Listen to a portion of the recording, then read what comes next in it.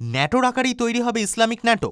বিশ্বজুড়ে তৈরি হয়েছে গুঞ্জন, সৌদি দেবে টাকা, পাকিস্তান দেবে পরমাণু এবং তুরস্ক আনবে অস্ত্র। তাতে জোর বাড়বে ইসলামিক রাষ্ট্রচিন্তার, এমনটাই জল্পনা।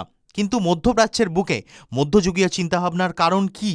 ধর্মের ভিত্তিতে প্রতিরক্ষা গোষ্ঠী গঠনেরই বা কারণ কি? ঘটনার সূত্রপাত গত বছরের সেপ্টেম্বরে সৌদি আরবের সঙ্গে একটি প্রতিরক্ষা চুক্তি স্বাক্ষর করল পাকিস্তান। সেই চুক্তিতে সাফ বলা হয়েছে, যে কোনো একজনের হামলার সম্মুখীন হলে প্রতিরক্ষা চুক্তিতে যুক্ত অন্য সদস্যরাও তাকে বাঁচিয়ে ঝাঁপিয়ে পড়বে। এই চুক্তির শর্ত খুব চেনা, একেবারে ন্যাটো বাহিনীর মতো। একজন আক্রান্ত হলে প্রতিরক্ষায় সাহায্য করবে অন্যরা। এবার পাকিস্তান সৌদির এই চুক্তিতে সঙ্গী হবে তুরস্ক। এই নিয়েও শুরু হয়েছে চর্চা। তুরস্ক ইতিমধ্যেই ন্যাটোর সদস্য রাষ্ট্র। আমেরিকার পর ন্যাটো বাহিনীতে তাদের সামরিক ক্ষমতাই বেশি। বিভিন্ন আন্তর্জাতিক সংবাদ মাধ্যমের প্রতিবেদন অনুযায়ী ওই ন্যাটোতে তো তারা থাকছে, কিন্তু তারপরেও পাকিস্তান ও সৌদি আরবের সঙ্গী হতেও মরিয়া তুরস্ক। এই নিয়ে দফায় দফায় আলোচনা চলছে ঘনিষ্ঠ 3 রাষ্ট্রের মধ্যে।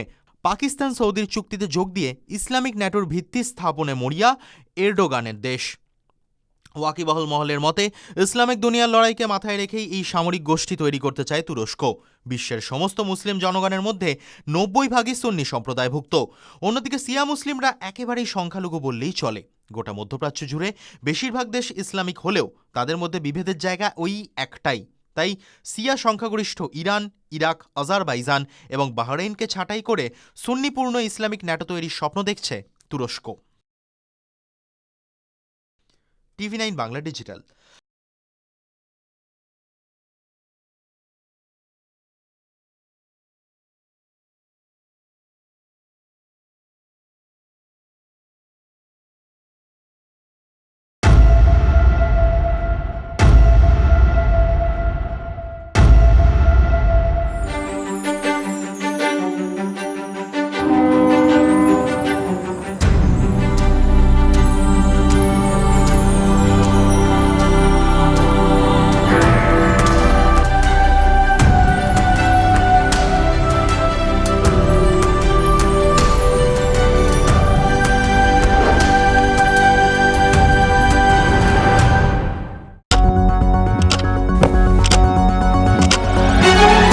রাজনীতি শুধুই কি রাজার নীতি?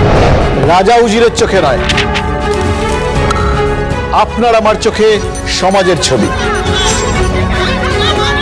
কঠিন কথা সহজভাবে না বললেই নয়, না বললেই নয়।